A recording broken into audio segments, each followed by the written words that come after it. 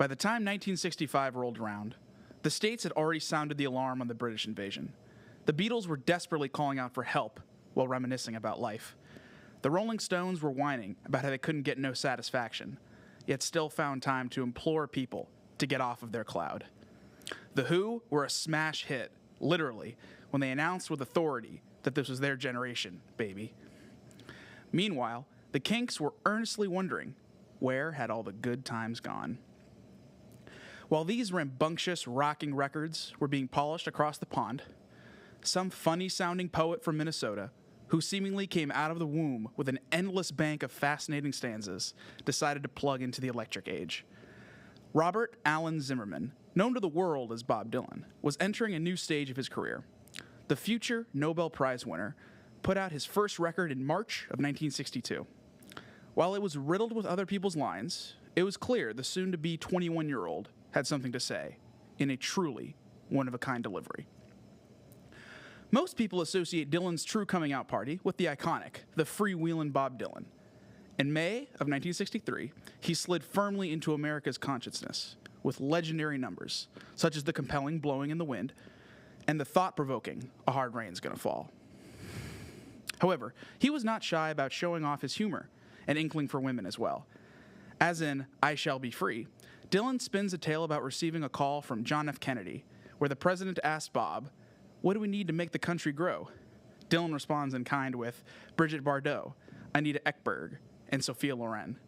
The second-to-last line he mumbles out on the album is, "Make love to Elizabeth Taylor." Not only was he a lyrical genius who had tapped into the problems plaguing modern society, he was also relatable.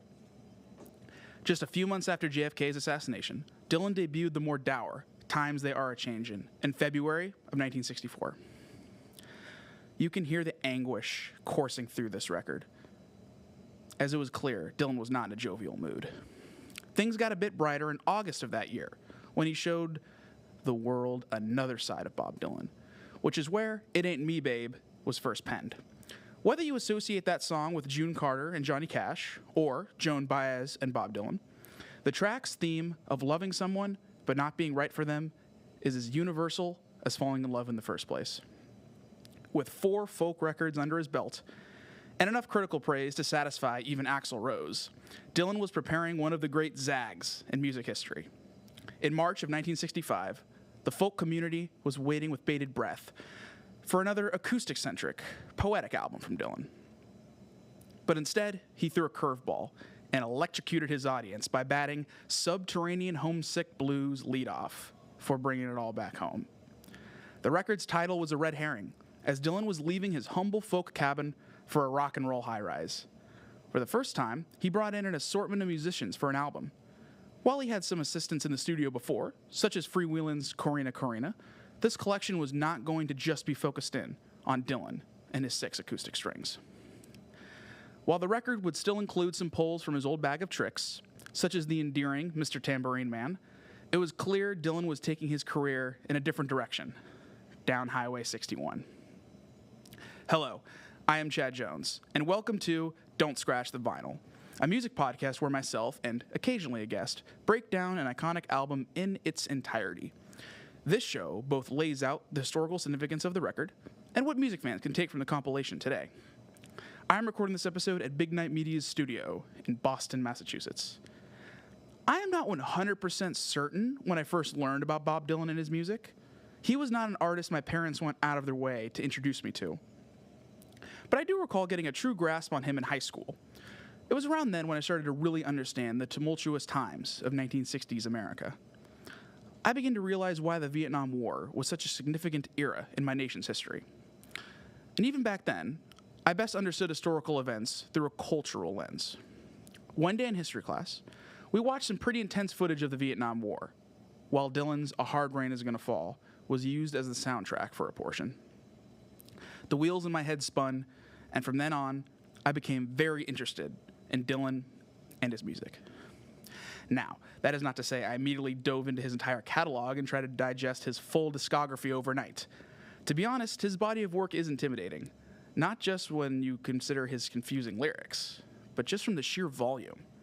I do not think I'll ever be able to fully consume that entire dinosaur, so I have focused in on more reasonable portions.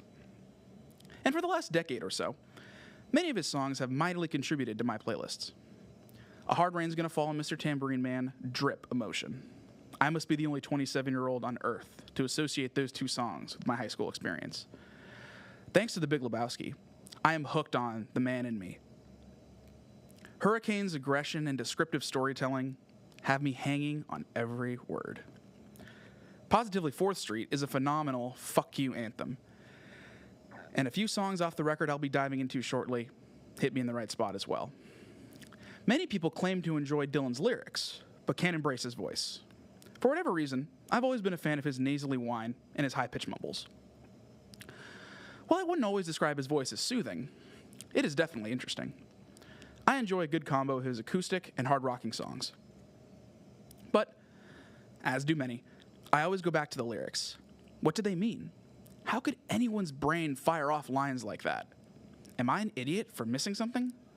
Would these phrases be considered brilliant if literally anyone else in the history of the human race put them in a song? Ultimately, I am fascinated with Dylan and his songwriting prowess. I am by no means an expert in his career at this stage of my life, but I know enough about his work to dive into one of the most important albums in rock's history. On August 30th, 1965, Bob Dylan unleashed Highway 61 Revisited to the masses. It became a defining cultural document for Dylan, rock, folk, the 60s, and anyone who ever took a left, because everyone wanted them to take a right. The iconic Like a Rolling Stone kicks off this record. You get really emotive guitar play right from the start. The riff gives off a nostalgic pull right from the get-go. And then the opening line of, "Once upon a time, you dressed so fine, threw the bums a dime in your prime," really sets the tone for the entire record. This person's feeling pretty good, right? Got life all figured out, up until when you don't. And this song highlights the struggles and hardships and humbling life experiences that can accompany you on the journey. Seeing people who struggle hits you differently when you've matured a little bit, right? As a kid, you never saw the frowns on the clowns when they did tricks for you. Getting a little bit older, you have a better understanding of what their lives entail. Interesting side note on this, that Dylan is very sympathetic towards clowns in his writing. I immediately thought of the line of the clown crying in the alley during A Hard Rain's Gonna Fall. He seems to identify with them as an artist, a performer, a musician. He doesn't judge them nor mock them. Points out that they're people too. Dylan really goes for it during the choruses of this track, and it's so intoxicating. His voice gives great oomph to this number. This song also just shows the liberating sides of dealing with hard times. Being on your own with no direction home. It is on you to succeed, not your family, not your friends, not anybody else, right? One of the all-time lyrics in rock writing. When you ain't got nothing, you got nothing to lose. A lot of people who may not even know about this song might know that line. It's such a liberating, positive way to look at facing hardships in life, right? And this song has carried on throughout time. A Complete Unknown was used as the title for the 2024 biopic about Dylan. I always enjoyed this song's drive and its message. And it made a lot of sense to me, honestly, last year when I decided to move back to Boston from California. I had a great time at BU for my 3 years here. But then when I moved back to California afterwards, I could tell I wanted to come back here. And I'm so excited to be back in the city where I really want to be and recording this show, talking with you about Bob Dylan. Jumping over to Tombstone Blues. This is the second song on this album to really strike a chord with me when I was in high school. I was, and still very am, infatuated with that guitar lick. You get great rhythm and groove. I love when Dylan songs bump like this, right? Because so many times you're caught up in his lyrics and going through the themes. What do they mean? What is he trying to convey here? That sometimes you kind of tune out the music itself. But on this song, it has such a great groove to it. It's really just fun to take in, even if the lyrics weren't so compelling, which they obviously are. Love the guitar tone on this one, especially during the mini solos. Dylan's pronunciation and flow of his vocals are just so enthralling during this number, like he's got a little smirk on his face the entire time he is singing. Now, on this record, I also really enjoy the uptick in famous figures he incorporates in his lyrics.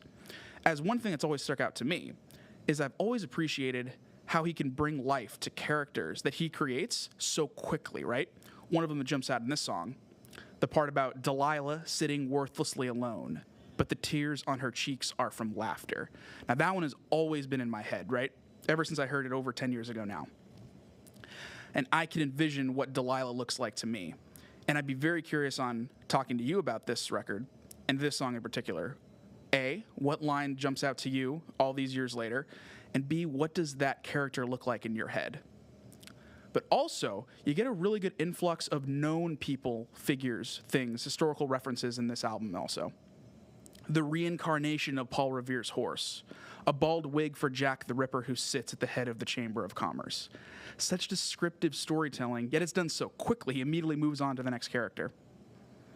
And recently, I kind of decided that this was my overall take on this track, is that there's some big themes here discussing about the Great Depression, especially during the chorus with Mama being in the factory working without any shoes, Daddy looking for food in the alley, and then Bob has a case of Tombstone Blues while in the kitchen, right? Mom is desperately trying to find work for the family. Dad maybe got laid off, is just doing anything he can to help support. And then Bob is upset possibly about people dying either in his family, young kids in the neighborhood, people that he knows, and he's struggling with that reality. So growing up, I really kind of understood that maybe this is what the whole point of this song's about. But again, with Bob Dylan, your guess is as good as mine. And I really enjoy the wrinkle of the singing. The one time he changes to, I'm in trouble with the Tombstone Blues.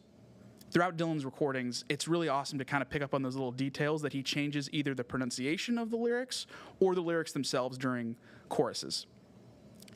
And ultimately, this is just a really catchy, interesting song paired with Like a Rolling Stone right after it. It definitely makes it clear from the start that Dylan is entering a new era.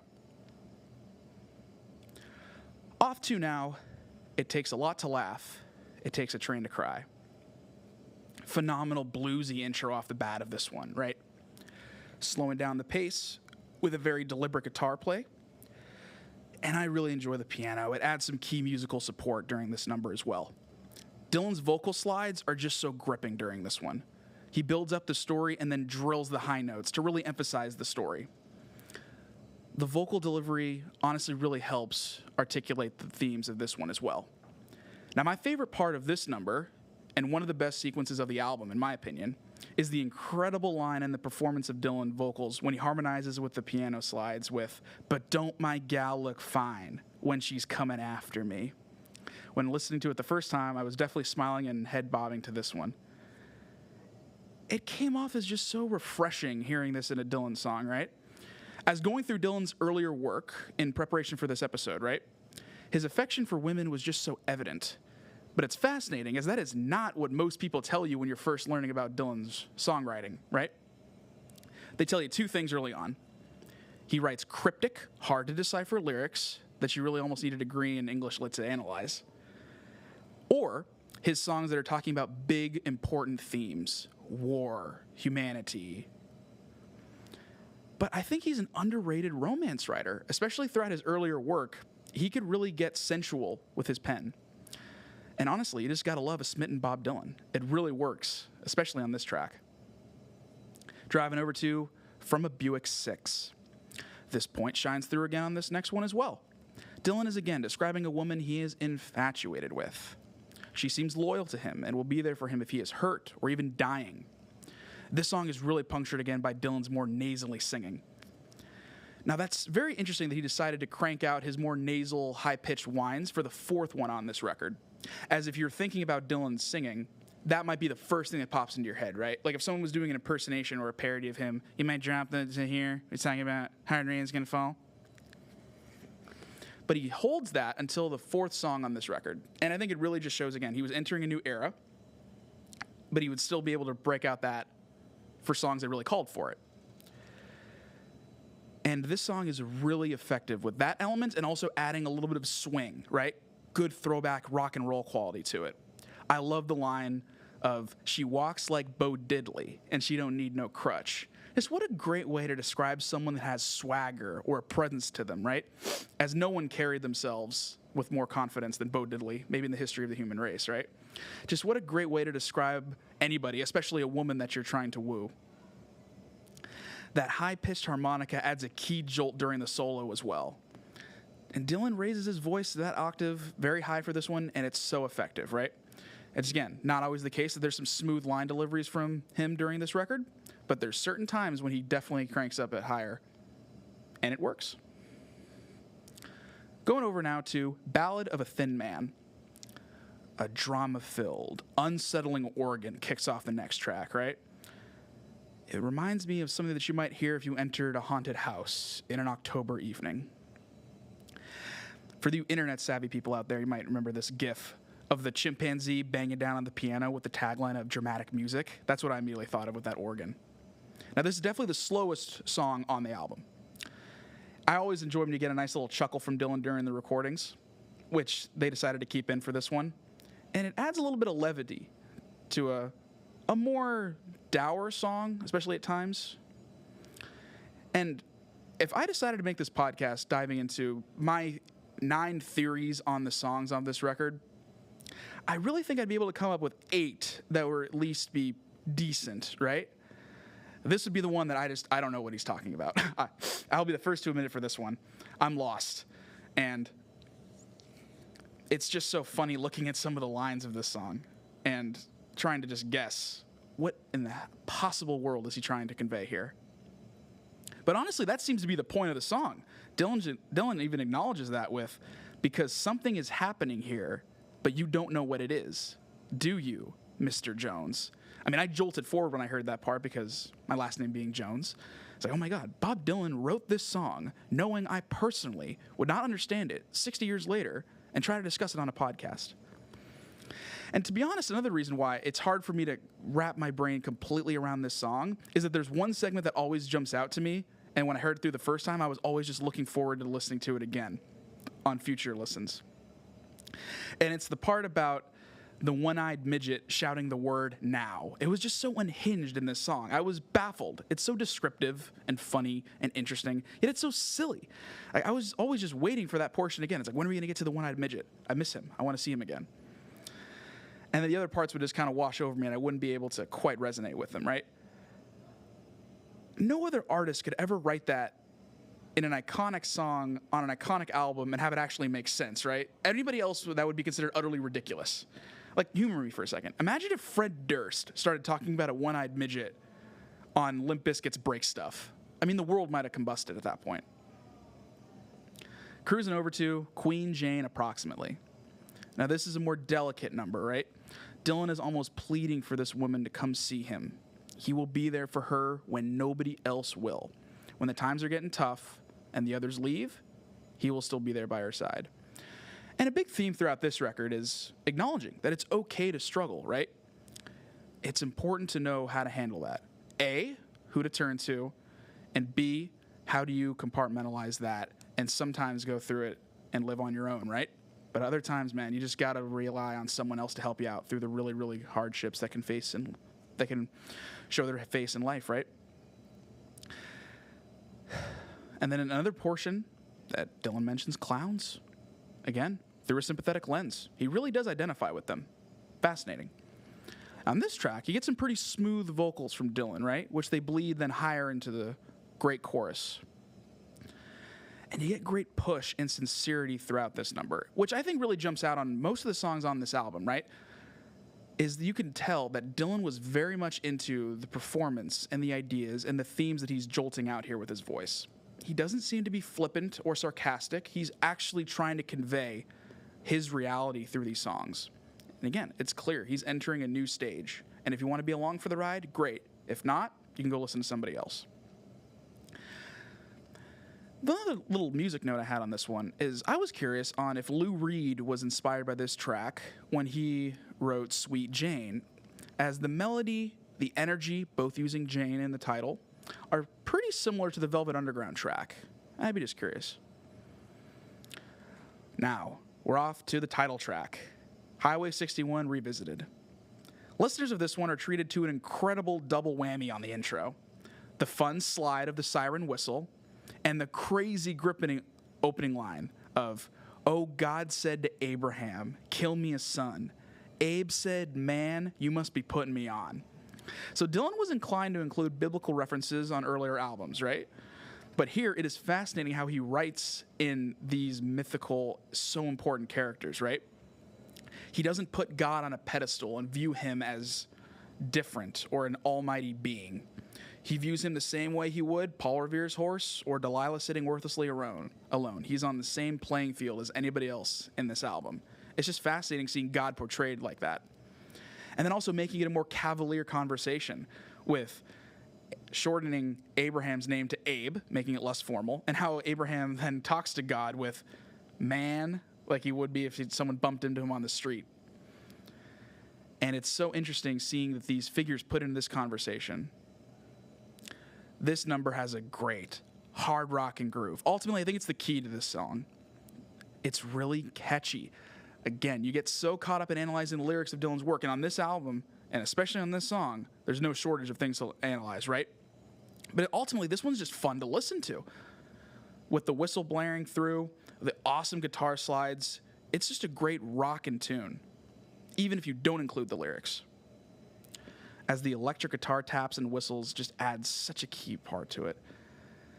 Now, going into the lyrics and the themes, the track is again diving into the idea of leaving, right? People were going to Highway 61 possibly out of desperation, out of excitement, out of starting anew. And again, it's pretty clear that Dylan was ready to flip over to a fresh chapter in his career, and he was using this record as the vessel to announce that statement. Overall, despite having a lot of verses again with big syllables crammed into small little lines, the song pieces together pretty well. It doesn't come off as awkward. I really enjoy listening to this one. Because even if the road is scary or intimidating, in Dylan's mind, it is worth it to travel down Highway 61. And that high-pitched whistle and the guitar add to the tension of that idea. As does Dylan's voice. It yearns for the unknown and excitement that Highway 61 could offer. He's really passionate during this performance, and it shows. His voice has some real bite to it. And it increases the song's effectiveness. As again, there's other times where he's a little bit more smooth and relaxed during his singing, as will be actually on the next track. But on this one, he's really going for it. And I don't think this song would work if he was a little bit more relaxed. Now off to Just Like Tom Thumb's Blues. Slowing the pace down here for a pretty intimate track. Dylan relaxes vocal cords and stays steady throughout this rather touching tune. A smart decision, as this message is definitely better conveyed with that element of his voice. When you're lost in the rain in Juarez, when it's Easter time too. Just what an incredible writer and performer he was, right? And still is. I've never been to Juarez, let alone during Easter time when it was raining. But even me, I can nod along to that as if I can totally relate to that experience. More great singing on this one. Love how he holds the ooh during the Rue Morgue Avenue lift. I'm into the tone of his voice throughout this one, right? It's a bit deeper, but still has plenty of attitude. Great sing-along quality and flow to this track. The melody and music support Dylan the entire time. And his rhyming schemes are just endlessly fascinating, right? So, little aside for this one. It's not difficult, right, in theory, to rhyme lot, not, shot, and got, right? Little kids reading Go Dog Go could understand that. But spinning the tale of, now, if you see St. Annie, please tell her thanks a lot. I cannot move. My fingers are all in a knot. I don't have the strength to get up and take another shot. And my best friend, my doctor, won't even say what it is I've got. Just incredible depth and substance in between, again, a pretty simple rhyming structure. Nobody consistently makes the easy look so extravagant, right? Because people oftentimes you can even make fun of artists that rely too much on the rhymes for songs, right? Just to make it catchy and easy to remember. But Dylan puts so much material inside that no one would accuse him of taking the easy way out. This song is ultimately very pleasant and an enjoyable tune. Now, we're going to the closer off Highway 61 Revisited, Desolation Row. Very gripping, stripped down, passionate strumming of an acoustic guitar kicks off this one. Really enjoy the times that he's trying to just basically shatter his strings with the intense play. And of course, gotta mention the clowns again, right? The circus is most certainly back in town. Now, this song is over 11 minutes, right? And I could almost make an entire episode just analyzing this number. So I decided to go through and pick the ones that really jumped out to me, not only on the first time I listened to it, but on the ones that I would go through and prep, getting ready for this show. I really enjoy the time when he brings up Cinderella. The way he pronounces her name with a real pep in his voice, you could tell he was enjoying that one. And he makes her spunky and fun, right? Combining her with Betty Davis. And there's some cool connections, actually, with Cinderella to Dylan's son, Jacob. So as the frontman of the Wallflowers, he mentioned the Disney princess 31 years later, as she gets a shout-out in One Headlight, maybe their most famous song. Just interesting that you can always have the little connection between Dylan and his son for Cinderella. Now, speaking of Disney characters, now going into the future, though, as in 1965, we did not have Disney's Hunchback of Notre Dame, Robin Hood, or Ariel, Little Mermaid. But all three of those characters, well, at least mermaids, get a shout-out in this one, with the Hunchback of Notre Dame gets mentioned, Robin Hood, and mermaids. So, Dylan was on the up and up with Disney characters. Now, I'm always fascinated to see which ones really jump out to people when you're listening to Dylan's work, right? Was it a character that's based off a real person, based off someone in history, or a complete new character that Dylan created? And the one that always grabs my attention when listening to Desolation Row is 1000% Einstein disguised as the aforementioned outlaw Robin Hood. As he is often the song sniffing drain pipes and reciting the alphabet. Honestly, how the fuck did he write that sequence? I want to go back in time and sit with Bob Dylan at his desk when he's writing out Desolation Row. How would he possibly connect one of the most brilliant minds of the 20th century to a possibly not real outlaw in England centuries before? Did he think of Einstein first? Did he think of Robin Hood first? I'm dying to know. I'm never going to get the answer for that. But I would love to know exactly where his brain was when he decided to not only create that character of Einstein dressing up as Robin Hood, but how did he get him to go to sniffing drain pipes while reciting the alphabet? Drug use? Alcohol? Losing his mind? I don't know, but I'm still gripped nonetheless. No other person, basically in the history of the world, could have, A, written that, let alone have it actually work in a song, right? Bob Dylan, truly one of one. More characters being referenced here. I really enjoy the Shakespeare of Romeo and Ophelia, right? As it's very fun to see the connection of possibly Shakespeare's two most famous plays with Romeo and Juliet and Hamlet, and two of those characters getting a shout out. Although they do not quite interact, both being mentioned in a song is quite interesting. Ultimately, Desolation Row has a motley crew of characters. But that's not a bad thing, at least in Dylan's mind. It's a great title for this one, too, as Desolation Row would almost suggest like a boring, mundane area, maybe filled with retirement homes. But this neighborhood sounds like a fascinating place to visit. I wish it was real. Towards the end of the number, Dylan either wants others from his past to experience this place, or is looking down on them for not already having been here, right? Even if the place is messy or weird, he has lived life on Desolation Row. And it's a great juxtaposition to the intro of Like a Rolling Stone. When someone's having a good time, they're comfortable in life, going through it. But then when they go through struggles, Dylan thinks that that's actually productive to live life. I think ultimately that's what this album is really trying to get across. That living life through the scary and interesting is ultimately more fulfilling than being sheltered on Easy Street. Dylan was transitioning in his career from the folklore into a hard rocker, and not only did his musical talents expand with adding the electric tunes, but his songwriting was evolving as well. And this record is ultimately a blast to listen to and just as much fun to analyze. Going over to the categories. Crank it up to 11 in honor of Spinal Tap, right? What is ultimately the best portion of this album? The one that makes you want to just crank up your dial, ignore everything else going on in life, and just let the music wash over you. I knew going into this that I wanted to pick something from Like a Rolling Stone. And ultimately, I decided to go with the last segment. You get terrific lift, fascinating lyrics, including the famous line of, if you ain't got nothing, you got nothing to lose. Bob is really going for it there, right? His voice is howling through. He is so enthusiastic, inspired, and sincere during that portion of the song. I honestly get chills sometimes listening to it and lip sync through the ending with nodding my head along. I love how he really enunciates and emphasizes the final chorus. It's like an eternal plea to any listener to go out and live life. Reshuffling history.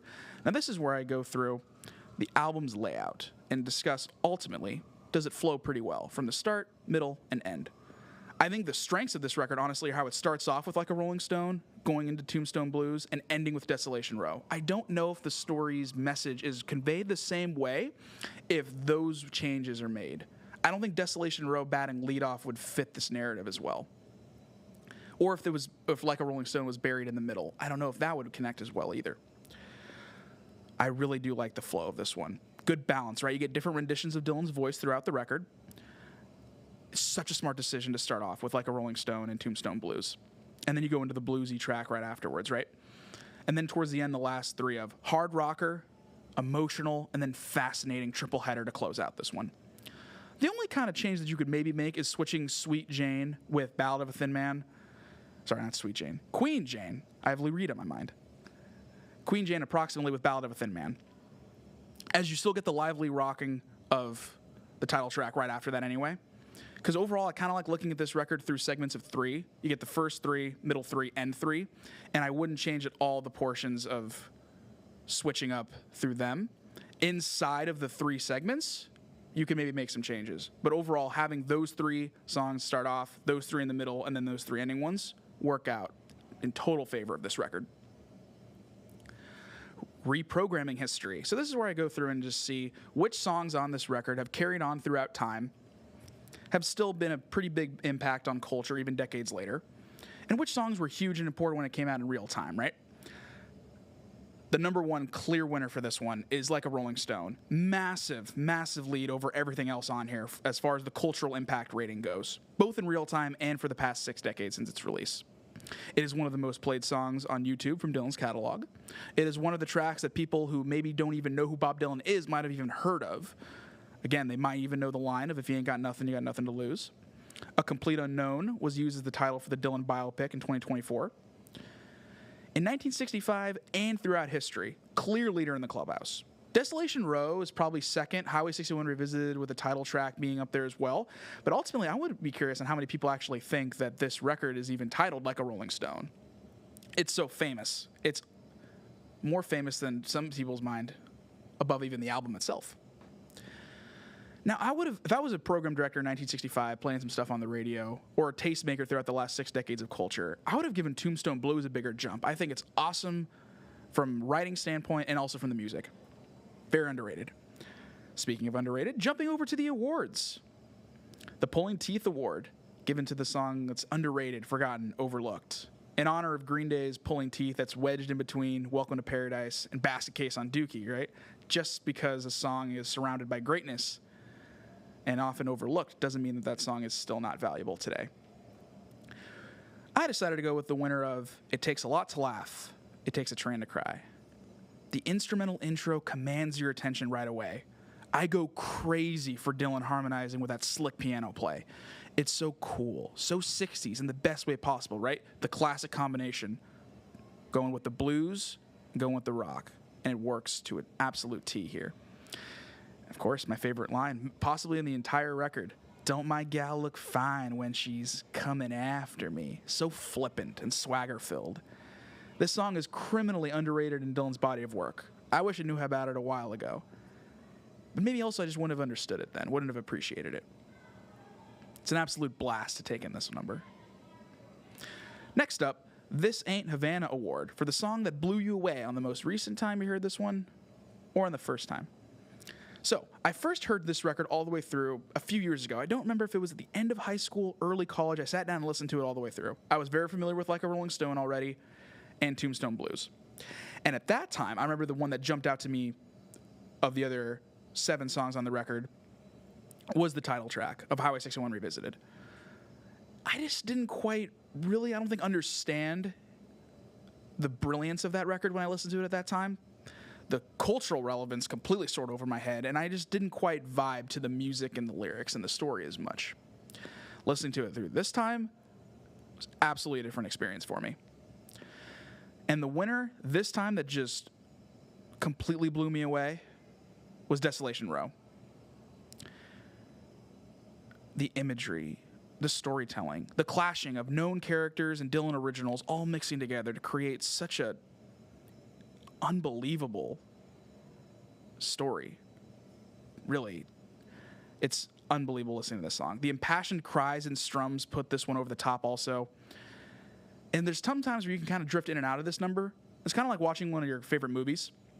You find yourself always looking forward to those few scenes, but then sometimes when you sit back and appreciate the other qualities, new details can jump out and you find yourself actually appreciating it whole. And it just honestly just gobsmacked me when I heard it. It's like, how can someone create this as a song?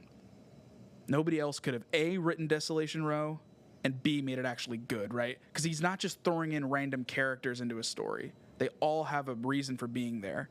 And even though we might not understand their reason, it's clear that Dylan had a huge, huge idea for this song, and it was executed to perfection. Off to the Highway to Hell Award. Best musical intro off this record, in honor of Angus Young's incredible riff he created on the last record with Bon Scott. I decided to rock with Just Like Tom Thumb's Blues. I wanted to spread the wealth a little bit and was close to switching it actually with my next award winner. But this one establishes such a good vibe right from the start. It reminds me a little bit of this Hans Zimmer score from True Romance, where it just warms you up like an old sweatshirt, and it takes you by the hand on this upcoming journey that's just so fun to be a part of. The Lithium Award, Best Opening Line, in honor of Nirvana's 91 single Nevermind, which started off with, I'm so happy because today I found my friends, they're in my head. Incredible record all the way through. Winner of this one, Oh God Said to Abraham, Kill Me a Son. Love the cavalier depiction of God, right? Dylan's effect makes it seem like the Omega did not think that he was asking for that dramatic of a request. He's like, come on, Abe, just kill your son. What's the big deal? It's so memorable, so engaging. There's other great lines to kick off the tracks of this one, but ultimately this one jumped out to me. It was very, very, very impactful for when I was listening to this record for the first time all the way through, and it stuck with me for years now. Going over to the Eruption Award. And this is just for the best musical extended piece. No singing along for this one, as Eddie Van Halen famously created that awesome solo on their first record. Winner, the mini solo puncturing Dylan's admittance that he's in trouble with the Tombstone Blues. So I went back and forth on a couple segments for this one, even from this track, as the guitar play is just unbelievable. But this song is my favorite instrumental portion of anything off this record. As head nodding is not always a key part of the Dylan listening experience, right? We're so caught up in the lyrics itself that you're almost looking at it as a poem that's being read back to you, not in a way to actually consume music. And the electric guitar percolating through this number is just so intoxicating. Now the solo, while quick, is masterful. Always enjoy that one, and it just leaps out into your earphones every time you play Tombstone Blues. And just a quick aside on this one. I remember in high school, this was one of the Dylan songs that I initially gravitated towards, right? When I first started dipping my toe into the Lake Tahoe-sized catalog that is Bob Dylan's work. The beat is so infectious, the rhyming is so stimulating, and the lines have always had me so intrigued. I want more people to marinate with this track right after taking in Like a Rolling Stone. As I can imagine, after that one goes through your head, you're so caught up in analyzing that one, or just coming down off the cloud that is that iconic rock song, that you maybe aren't quite prepared for the next bit of music. Just do yourself a favor. Listen to this right after Like a Rolling Stone, and you will not be disappointed. Let me tell you, it is a hell of a way to kill 12 minutes. Tattoo or t-shirt. This is something that I come up with of something that I would be able to put on my body either permanently or at least temporarily that's inspired from something off this record. And the album cover is phenomenal. There's a ton of great quotes that you can put onto for a t-shirt or a tattoo, but ultimately, I went big for this category this time. And really, I'm kind of cheating because this really wouldn't fit in on for a tattoo or a t-shirt. This would honestly be more like a poster or even like a full mural painting. Because what I came up with is a wide shot art piece of different references from the record. A Buick 6 following a Highway 61 upcoming billboard. A street sign of Desolation Row. Delilah sitting alone, crying tears of laughter. Einstein, dressed as Robin Hood, sniffing drain pipes with an alphabet bubble over his head. Louis the King and Mac the Finger holding 40 red, white, blue shoestrings. In the distance, the Titanic setting sail and Juarez getting rained on. The Phantom of the Opera wearing his mask and priest garb, berating Casanova as two skinny girls scurry off behind them. A sign on the side of a window that says, when you ain't got nothing, you got nothing to lose. A beauty parlor full of sailors flirting with their hairdressers. A one-eyed midget shouting the word, now. Ophelia and Romeo talking on the side of the road. A bride in a penny arcade being consoled by a doctor and a medicine man. The hunchback wearing a Notre Dame college football jersey. Belle Starr as a ghost. Clowns and jugglers frowning. The moon barely being visible behind clouds. Bob Dylan dressed like he is on the album cover. Being chased by a girl wearing a His Gal sweater. A woman holding Bo Diddley's guitar with a blanket around her shoulders. A woman wearing a queen's crown, and a girl wearing Lady as a necklace. A sign for Rue Morgue Avenue. A penny whistle stand. God at a bar talking to Abraham, Cain, and Abel. The roving gambler walking with a briefcase that reads, Next World War Plans. Paul Revere riding on his horse. Housing Project Hill overlooking the street. A river of mermaids. A bookstore with a sign out front that says F. Scott Fitzgerald's entire collection inside. And finally, Cinderella's smiling face with Betty Davis's body, leaning against a broom with her hands in her back pocket. Clearly, I had a lot of fun with this activity. Maybe someday I can hire an artist to create this for me off the money I make from this podcast. Nobody's perfect, just picking a little bit of nits overall and finding the one song off this record that I wouldn't necessarily go out of my way to listen to. So, let me get out of the way now. I'm not lying to you, I enjoy listening to this record all the way through. But if I can have one kind of critique throughout is that sometimes the harmonicas would be a little bit too high-pitched or loud, as you have to have your finger near the volume control. I was kind of theorizing maybe the harmonicas were a lot because they just had to be so close to the microphones during the recording. But sometimes the melody itself is really compelling. It's just a little bit too loud, right? Like when you're watching a movie and the dialogue is perfect, but then the explosions just erupt and they make you deaf. It's a little bit like that. So I enjoy all 9 songs on this album, especially listening to them all the way through. Now, the one song, though, that I wouldn't necessarily go out of my way to listen to, put on playlists, would be Ballad of a Thin Man. It's more interesting, I think, to look into this song and analyze it than it is to actually listen to it recreationally, right? I can understand where some people are coming from with like, oh, I like Bob Dylan's lyrics, but I wouldn't necessarily go out of my way to listen to his music. And the one song on the album that kind of resonated for me was Ballad of a Thin Man. Ultimately, it's still very fascinating, just not one that I would put on my playlist while walking through Boston, right? Almost Famous, in honor of that awesome 2000 movie with Kate Hudson. This is basically a piece that I write for each episode, showing why modern music fans should ultimately care about this musician and this record today. It is titled after something that struck me from a Complete Unknown's trailer. They should just let me be whatever it is they don't want me to be. There are a few artists in human history that deserve to have their entire body of work deemed significant, just from the mere fact their name is associated with the project.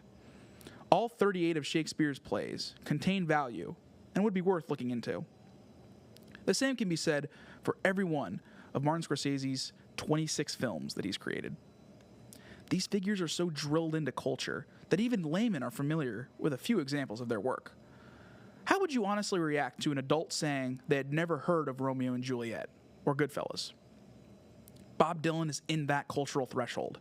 Anyone interested in understanding the story of folk, rock, the 60s, the 70s, the Vietnam War, the archetype of the solo American male musician, the 20th century, poetic lyrics, the Nobel Peace Prize for Literature, or Reuben Hurricane Carter would need to be aware of Dylan's career. As I mentioned earlier, Dylan's catalog can be quite intimidating. It's a gauntlet. 40 studio albums. My goodness. That is basically combining the Beatles and the Stones' output. And it can be a challenge to wrap your arms around his entire persona and music.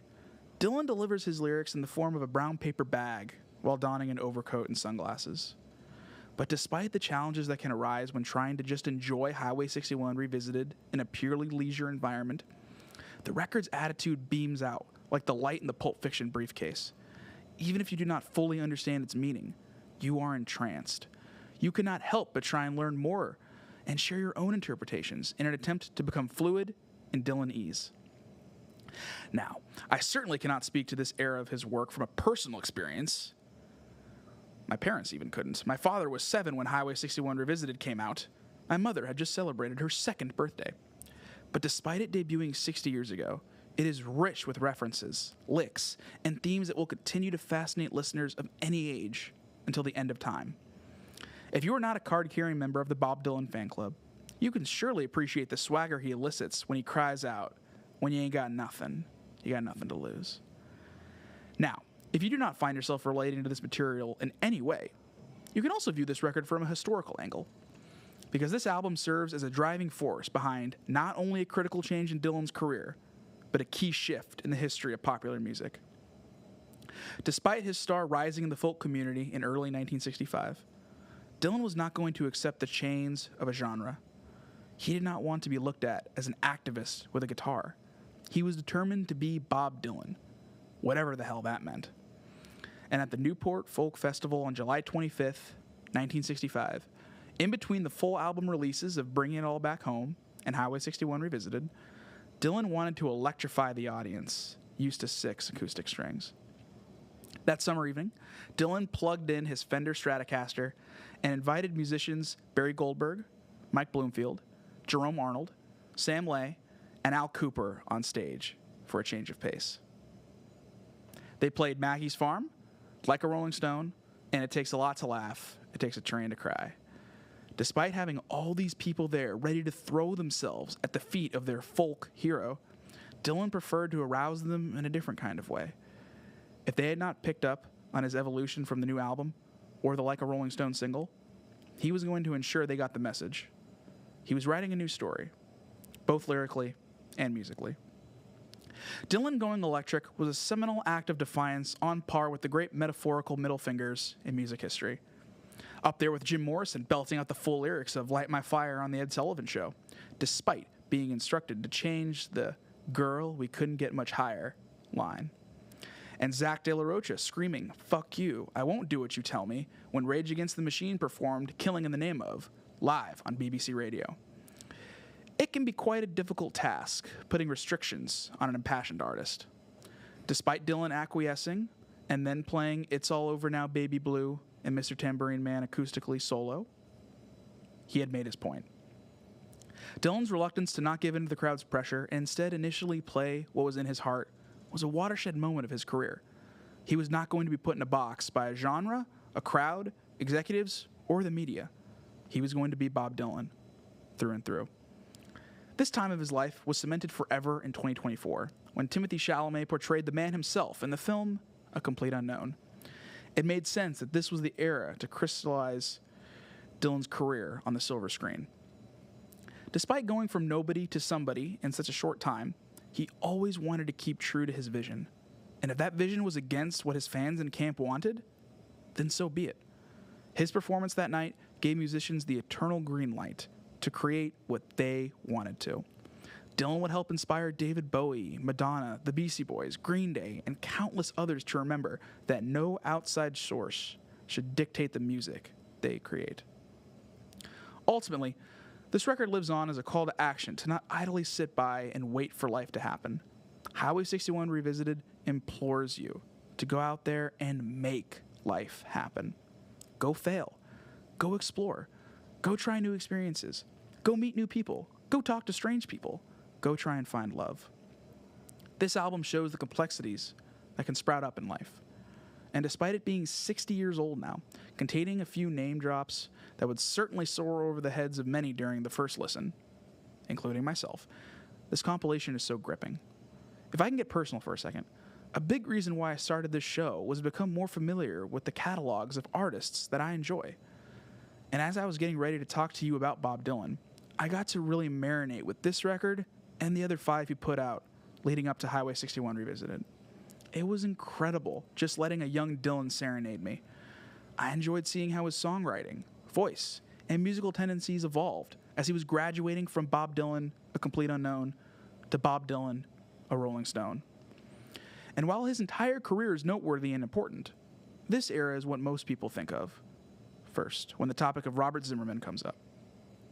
Even if you are not a big Bob Dylan fan, Find his music confusing, his voice annoying, or his catalog intimidating. This record is a key that unlocks many chests. Highway 61 Revisited can be used to show how the American music scene was responding to the British invasion. This album can serve as the checkpoint of when Dylan evolved from a folk singer to a rock star. And the compilation will forever be used as the prime example of an artist changing their sound due to their own fruition, as Dylan Goes Electric can be used as a metaphor to describe a musician entering a new chapter of their career. Finally, as is often the case with powerful records, it can be a personal guide to show you that sometimes in life, you just gotta go for it. Bob Dylan has lived by that mantra, and I think it has served him pretty well. Highway 61 Revisited will always be an anthem for anyone who has ever wanted to tell someone politely to fuck off. And that does it for this episode of Don't Scratch the Vinyl. So just a few housekeeping items before I sign off. Please follow the show on Twitter, Instagram, and YouTube at DSTVPod. So the initials for the show, Don't Scratch the Vinyl, and then pod, short for podcast. Facebook page is Don't Scratch the Vinyl Podcast. I'll be adding clips and additional content to those channels as long as I have them. Now, it is time for me to break out the first episode centered on an album from my favorite band of all time, Green Day. Dookie will be the next episode on this show. Whether it is solo or with a guest, I cannot wait to dissect that record on this program. This group means a lot to me, and I'm thrilled to be revisiting the album that helped put them onto the map. I am excited to consume their early independent records and their major label debut. That show will be recorded sometime the next couple of weeks. Keep an eye out for it. Thanks again for listening. I really appreciate it. Hopefully you got something out of this show if you are a longtime Bob Dylan fan or did not know much about him before listening. Please share along with family, friends. Every little bit helps I continue to grow and refine this program. I just hope I did his story justice, as he's one of the biggest figures in music history and has touched countless of people over the past now 7 decades that he has been involved in culture. 60s, 70s, 80s, 90s, 2000s, 2010s, and even into the 2020s. Bob Dylan is still capturing the cultural zeitgeist. Thanks again for hanging out and listening to me ramble about one of the best musicians America has ever produced, and one of my personal favorites. And remember this, please, above all else, if you take one thing from the show, remember, you rock, and don't let anyone ever tell you different.